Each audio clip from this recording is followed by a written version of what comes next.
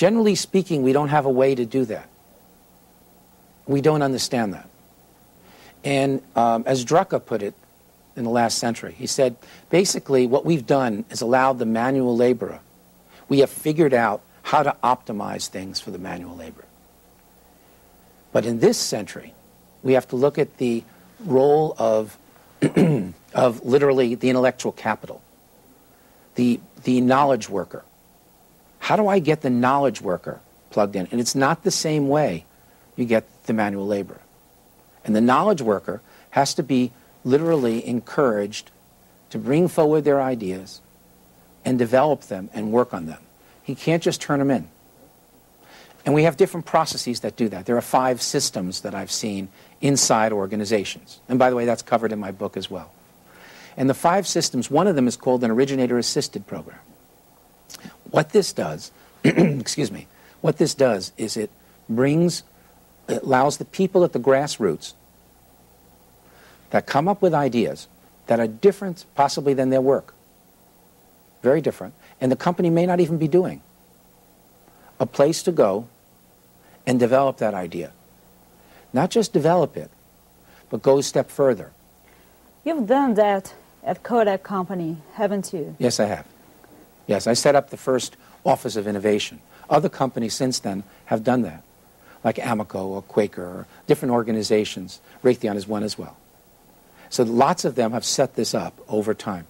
And if it's done right, the people will be coming, will be encouraged to come, and they will develop their ideas, and then they will get support from their peer group if the idea is good, and will continue to drive it through the organization.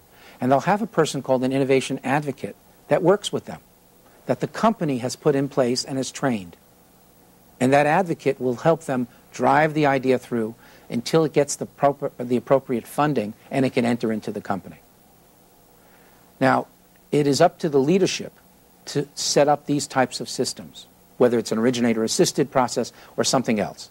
But it is up to the leadership to supply that so that the people inside can come forward and make it work. Let me illustrate it a little further, okay?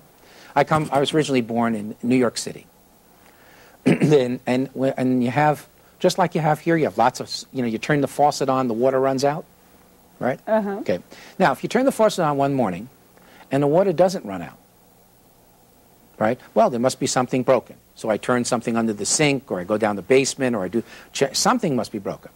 We usually don't ask the question, is there no water in the reservoir? First, things that comes near us. Nearest first, correct? So the water in the reservoir is further away, and we don't even know about that.